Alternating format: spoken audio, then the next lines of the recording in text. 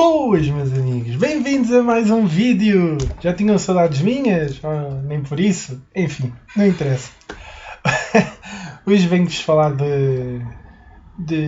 vou-lhes falar dos overs e dos unders. Vou falar de alguns conceitos, tipo que eu chamo odds barreiras, odds de referências. Vou falar um bocadinho de cross-match. Vou falar das odds no under limite. Enfim, espero que vos ajude. É um mercado que eu gosto muito. É o mercado que eu mais trabalho na Betfair. Gosto mais de estar nos overs e nos unders. Mas muitos dos conceitos aqui também se aplicam ao match odds e a outros mercados. Por isso, espero que gostem. Então, vamos a isso.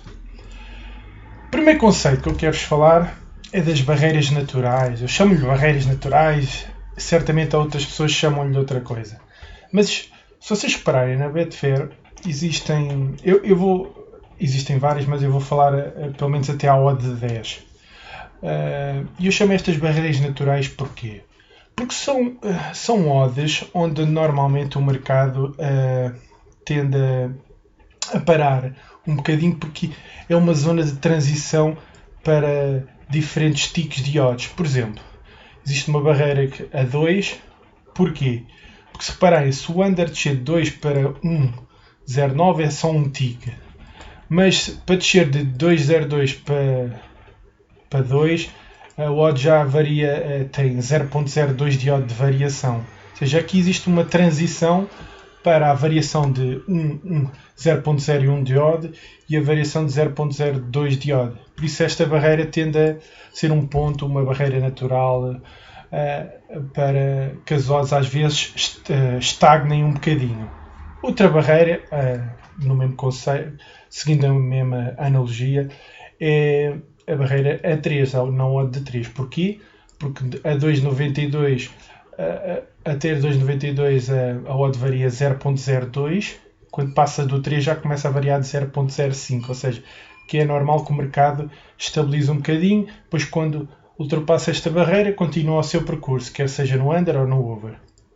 Existem barreiras a 4, a mesma coisa, a odd é 0,05 e aqui já passa para 0,1, enquanto aqui teve a variar sempre centésimas, aqui já começa a variar a décimas. E pronto, e aqui e o mesmo raciocínio também para a odd 6 e para a odd 10. Por isso, quero que tenham como referência que estas 4 odds, que eu chamo de barreiras naturais, as 5 odds que eu chamo de barreiras naturais, porque aqui o mercado tende às vezes a estabilizar um bocadinho, porque é uma zona de transição em que a odd difere, o incremento da odd difere. Por isso nunca se esqueçam destas barreiras. O que é que aconselho? Quando fazem entradas, por exemplo, se fizerem uma entrada de 2,04 a 2,04, não vão pôr a saída a 1,99. Por exemplo, se estiverem no under, mas vale porem um bocadinho acima, a 2,02, ou mesmo na barreira, se quiserem. Eu aconselho sempre pôr um tick acima ou um tick abaixo, dependendo do que vocês querem. Também, por exemplo, se estiverem no over ou está a subir, vamos supor que ela estava a 1,95, vocês põem o tick de saída a 1,99, porque a 2 é normal que às vezes haja ali alguma estabilização da odd e a odd não mexa. Pronto. O mesmo raciocínio para as outras odds. Pronto, isto são as barreiras naturais, estão sempre presentes num jogo, em qualquer desporto, na Betfair, e por isso tenham atenção quando definirem entradas e saídas na Betfair a estas barreiras particulares. Depois existem as barreiras que eu chamo odds de referência. Bem, o que é que eu posso dizer aqui? Eu tipicamente gosto muito de trabalhar as odds entre 3 e até 1,30, mais ou menos. Até 1,5 e 1,30. São as odds que eu gosto de trabalhar. Depois existem as odds fracionárias. Estas odds fracionárias são bastante relevantes porque são as odds que muitos punters, não é, utilizam como referência e com mais... Quer dizer, pensem, quais são os intervenientes no mercado? Existem traders, existem punters, existem pessoas de referência que dizem as odds e têm muitos seguidores e depois eles fazem a mesma aposta. Existe, sei lá, quase que barreiras psicológicas, já vou explicar isto. Pronto, mas existem algumas odds estas odds fracionárias são interessantes de saber, porque às vezes são odds de referência para muitos punters, para outros traders, e que servem de barreira para as nossas entradas e saídas rápidas do mercado. Por exemplo, a 3 e a 2 nós já tínhamos visto, são barreiras naturais e que devem ter em conta. Depois existem estas odds aqui fracionárias, 15 sobre 8, 7 sobre 4, que equivalem a estas odds no formato decimal. Estas aqui estão a amarelo, se vocês repararem. Porquê? Porque estas odds entre 2 e 3 variam de 0.02 décimos, não é? Mas aqui a transição não é... A equivalência não dá um número par no fim, dá um número ímpar. Ou seja, aqui os 7.4 equivaliam ao 2,76 ou ao 2,74. Por isso é que eu pus estas amarelas, porque a equivalência não é direta. Mas ficam com essa referência. Seja como for, é importante que tenham estas referências quando quiserem definir entradas e saídas. Eu vou dar um exemplo. Por exemplo, vocês se querem entrar... Quando o mercado passa... Estamos no under. Vou dar o exemplo do under. Quando o mercado passa a barreira 3, se quiserem definir uma saída, se calhar definam a saída, para ganhar alguns ticks, definam a saída a 2,88. Ou então, se acham que o mercado não vai estabilizar muito, podem pôr a saída a 2,76 e apanham esta variação de 2,98 até 2,76. Enfim, estas são... Isto não influencia muito, mas são pequenas barreiras que às vezes podem aparecer no mercado, porque são odds de referência para muitos punters e que devem ter em conta. Por isso não estranhem que às vezes nestas odds o mercado estabiliza um bocadinho. Uma barreira também muito interessante é sempre esta, a de 1,5, mais no lado dos overs, porque eu próprio também uso isso como referência, não é? Às vezes penso, quer fazer uma pontada, mas quero uma odd mínima de 1,50. Não sei, há aquela coisa na nossa cabeça que quer receber 50% do investido. E é uma barreira, e é uma referência que todos nós utilizamos, e vocês sabem isso. Outros utilizam outras referências, mas pronto, são odds interessantes, estas barreiras. Quando definirem entradas, tentem não passar por muitas barreiras, ou seja, se calhar aconselho, quando querem fazer uma entrada assim durante algum tempo, definir uma entrada que não ultrapasse mais de duas barreiras. Se for nos anos, por exemplo, se entrar a 3, se calhar faço uma saída até a 2,76, não vou querer abusar e sair a 2,64, por exemplo. Porque aí se calhar já estou a abusar um pouco da minha sorte se for para fazer uma entrada mais prolongada. Claro que tudo isto é muito relativo, não é? Não se esqueçam, isto são odds fracionárias, devem ter em conta. Já agora aqui são os ticks que a gente ganha, de 3 a 2,86 ganhamos 7. Aqui está decimal, porquê? Porque estas odds amarelas normalmente não existem, não é? Na ladder, normalmente ou é 2,76 ou é 2,74, aqui ou é 2,64, 2,62, aqui ou é 2,26, 2,24, por isso é que aqui aparece em decimal. Mas pronto, isto são os ticks. Isto, por exemplo, isto foi só uma brincadeira, tendo em conta a comissão, qual era a rentabilidade desta variação. Por exemplo, os 4,6 é a variação de 3 para 2,89 e assim sucessivamente. Se repararem, fizeram um backlay no under,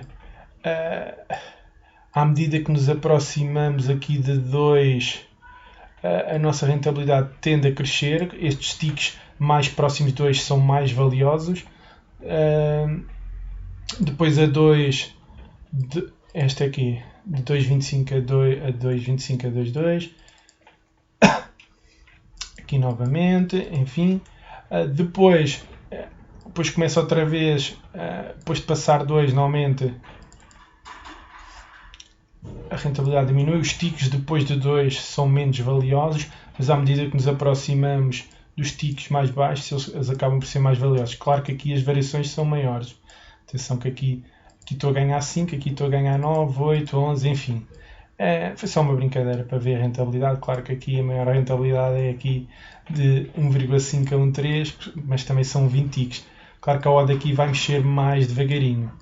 Depois também fiz a mesma coisa, Eu às vezes falo muito dos anos, mas isto está para fazer nos overs também, não é? Claro que a rentabilidade em layback de 1,3 a 1,5 é uma rentabilidade de 40%. Depois, à medida que nos aproximamos de 2, a nossa rentabilidade vai diminuindo. Aqui esta rentabilidade não se esqueça que aqui os ticks não são iguais, é normal. Aqui esta variação é muito pequenina, por isso é que esta rentabilidade está mais pequena.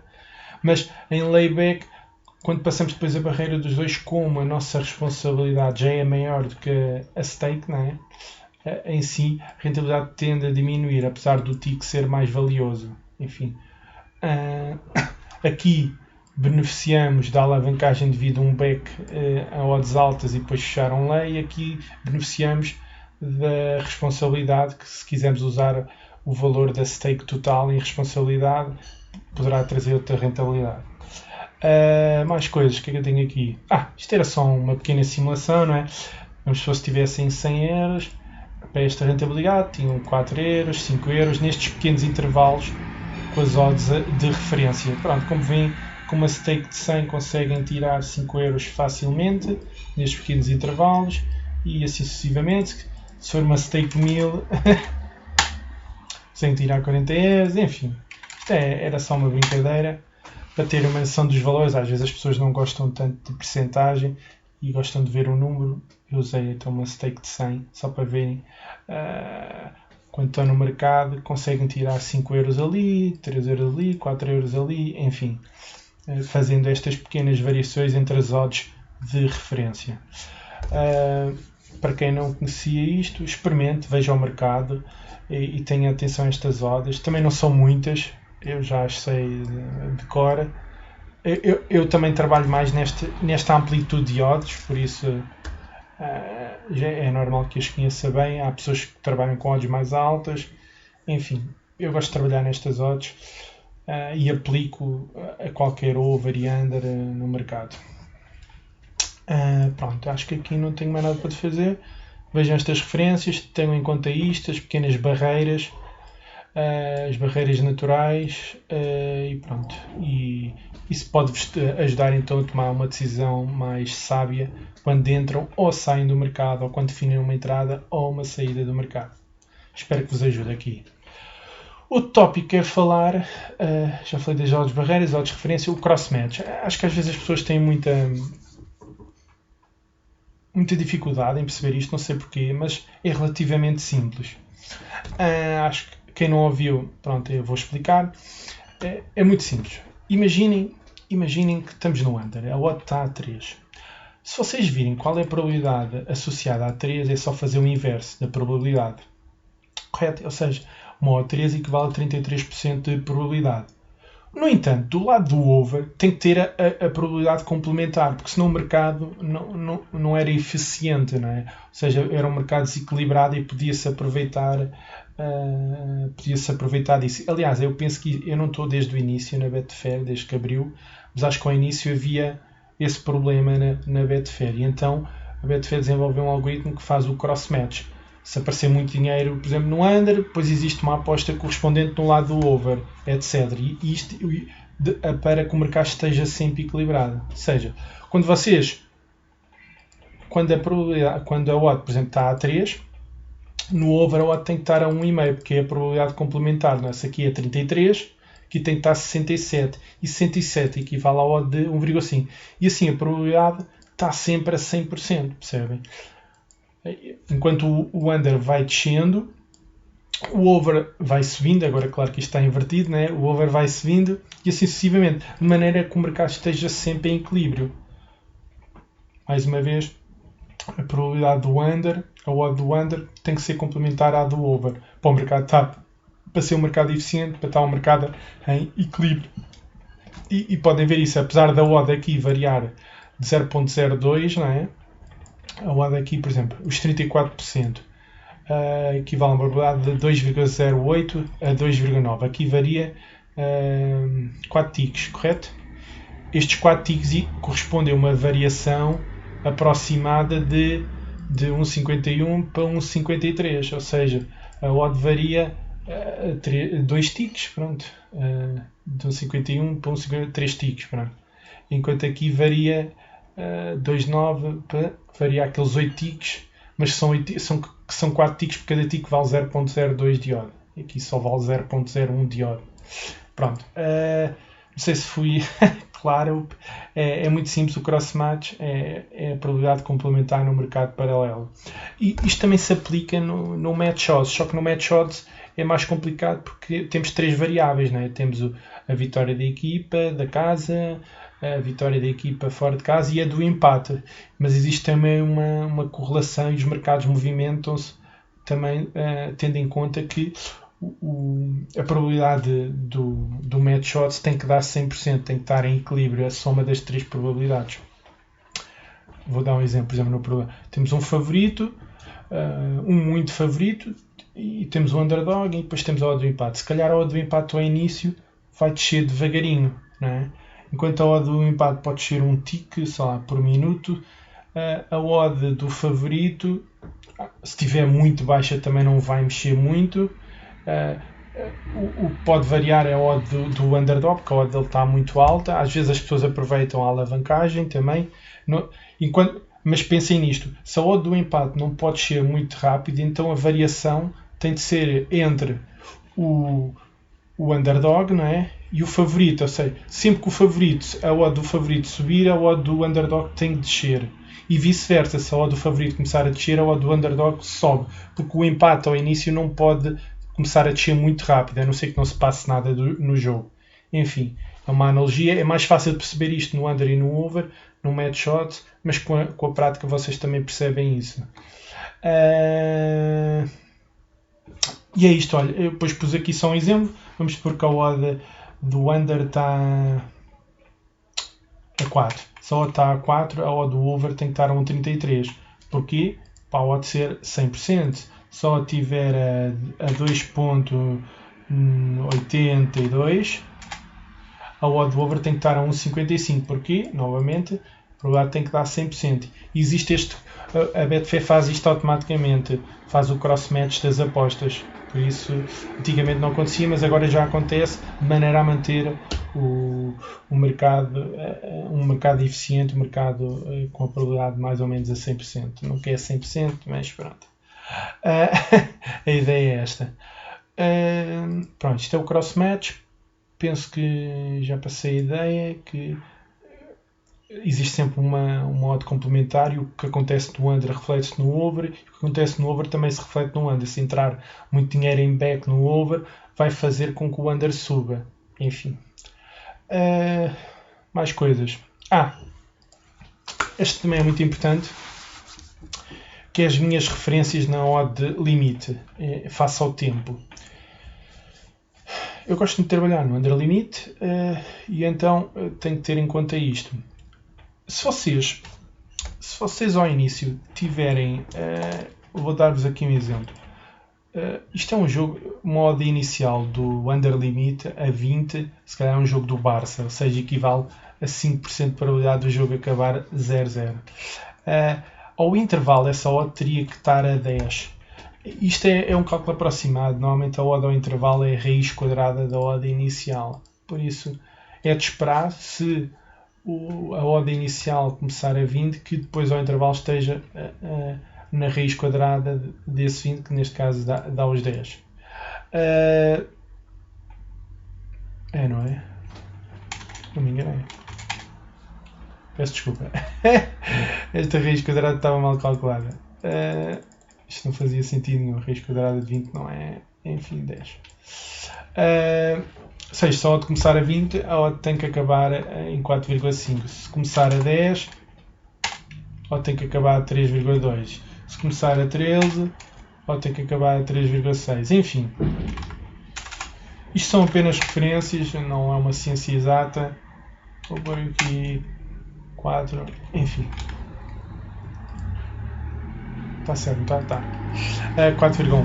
Ou seja, tipicamente quando o jogo começa, né, temos a odd do under limite muito alta e estão à espera que o jogo, a gente está sempre à espera que haja golos num jogo, não é? Se for um jogo dito normal, sem grandes favoritos, tipicamente a odd do under ou intervalo deverá rondar entre os 5 e os 4. Isto é uma referência minha, atenção. Existem outras referências, mas é o que eu uso como referência para fazer a minha análise do mercado. E se repararem, uma odd de 5,4 quer dizer que a probabilidade desse resultado correto ou desse under limite, existe a probabilidade entre 20% a 25% do jogo acabar com aquele resultado. Ou seja, ainda existe outros 75% mais ou menos em que poderá haver alteração do resultado. Claro que à medida que o tempo passa, a probabilidade desse under fica cada vez mais provável. Também podem aplicar este raciocínio ao carrego score, é a mesma coisa. E eu uso estas referências, para mim são muito importantes, que é para ver se o mercado está a valorizar muito os gols ou não. Porque uma coisa é inevitável, o jogo tem de chegar ao fim e a probabilidade no fim tem de ser de 100%, não é? A odd tem que chegar a 1,01. E como tal, às vezes quando o mercado, vamos supor que ao intervalo a odd estava a 6. Qual é um valor aqui? 4, que é um valor mais alto. Olha, por exemplo, assim, vamos supor que a odd inicial estava a 30. Se eu vi que ao intervalo a odd está a 5,5, esta odd de referência relativamente ao intervalo está ligeiramente mais alta do que devia. E então existe aqui uma oportunidade, porque eu sei que alguns no tempo poderão haver oscilações bruscas e que dá para ganhar muitos ticks. Às vezes o mercado fala daquelas zonas rápidas e lentas. Eu não concordo tanto com essas zonas rápidas e lentas, porque depende muito do que está a acontecer no jogo. Mas eu tenho estas referências para o under, porque fico com uma ideia, espera aí, isto a odd não está muito justo, isto para o tempo que falta, a odd devia estar a 3, ou devia estar aos 55, devia estar a 3,5, se a odd está mais alta, aqui existe algum valor de estar a trabalhar os unders, porque vou apanhar alguns ticks interessantes de maneira brusca. Normalmente essas descidas bruscas no under acontecem, sei lá, quando é uma equipa remata e depois é um pontapé de baliza, quando há substituições, isso aí é que muitas vezes influencia aquelas descidas bruscas nos unders. Mas o fator tempo, pronto, também tem muita relevância. E às vezes encontra-se muitos jogos em que a odd está muito exagerada relativamente à odd que devia estar para o tempo presente. E por isso é que eu uso estas odds de referência. Só 75 minutos, por exemplo, a odd tiver ainda a 2, eu estou à espera, algures, que vai haver uma variação brusca.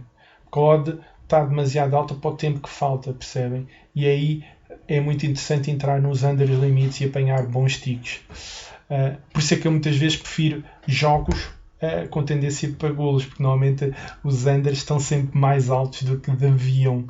E é nesses jogos que apanha-se boas variações. Poderão-me dizer, mas também é mais arriscado, né? Se o jogo é para under, é verdade, mas se é para over é mais arriscado, é verdade, mas eu sei que também quando entrar no mercado vou estar pouco tempo exposto, enquanto num jogo que já ao princípio não se passa nada no jogo, está muito lento, vamos aos 70 minutos, por exemplo, a odd já está, sei lá, 1,7, 1,6, já está demasiado baixa. Para já, as variações não são tão bruscas.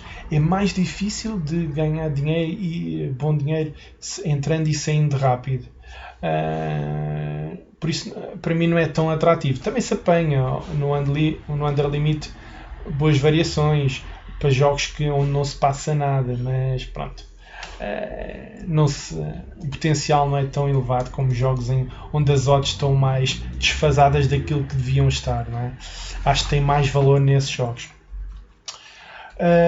Outra maneira que podem analisar, está nos 60 minutos, a odd devia estar a 3, que equivale a 33% de probabilidade, mas eu acho que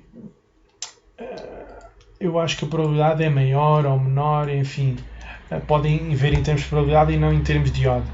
Claro que já sabem que a probabilidade é sempre o inverso da odd. É só fazer a inversão e veem logo se é uma boa entrada para vocês ou não.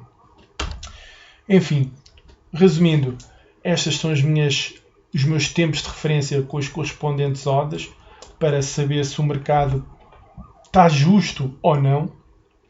Se não estiver muito justo, se a odd estiver muito acima daquilo que devia estar, aproveitem, porque sabem que vocês vão apanhar grandes variações. Se estiver abaixo, também podem aproveitar, não tem tanto valor, não é? Não vão apanhar assim grandes variações, mas, aliás, quando está abaixo, se calhar é mais interessante estar no lado do over, porque a odd do over vai estar mais, a odd do golo vai pagar mais do que aquilo que devia pagar. Por isso tem sempre o reverso da medalha. Eu falo muito dos unders, mas eu também trabalho muito nos overs e faço muitas free bets no lado dos overs, quando acho que o jogo vai ter golo e quando acho que o under não tem valor.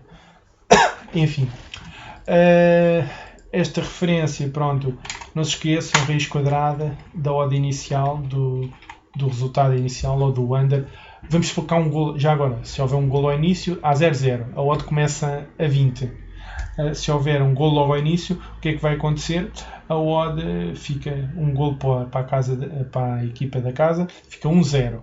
Então o under limite é 1,5. 1,5 vai mais ou menos para a odd onde estava a odd do 0,5, não é? Por isso é equivalente. Quando eu digo under, é o under limit. Esta análise é mais correspondente ao under limit, onde é que a odd devia estar em termos de tempo, onde é que a odd poderá ter valor, se o mercado estiver a valorizar muito o golo ou se estiver a desvalorizar muito o golo. Eu acho que é tudo. Pronto, tenho as minhas referências de tempo, espero que vos ajude para tomar a decisão. Não se esqueçam do cross match. O que acontece no under influencia o over, o que acontece no over acontece no under. E porquê? Porque tem que haver este equilíbrio no mercado. As minhas odds de referência, eu trabalho muito entre os 13 e os 1,30. São os odds que eu mais gosto e sei estas referências, de cor e salteada. Também uso estas referências. Estas referências uso no futebol, mas também uso muito mais nos cavalos, que agora tenho estado a aprender os cavalos. Estas referências aqui do 4, 6 e 10 são importantes para os cavalos. Pronto, acho que é tudo. Espero que tenham gostado. Se calhar foram muitos conceitos, não sei se os expliquei da melhor maneira. Mas se tiverem dúvidas, perguntem. E olha, tudo bom para vocês. Tenham bons greens. Não se esqueçam de subscrever, de fazer like. Temos de fazer sell-out, como é óbvio. Que isso motiva-me também a fazer mais vídeos e eu gosto de fazer vídeos. E pronto, um grande abraço. Se há alguma questão, entre em contato, tá bom? Tchauzão, pessoal.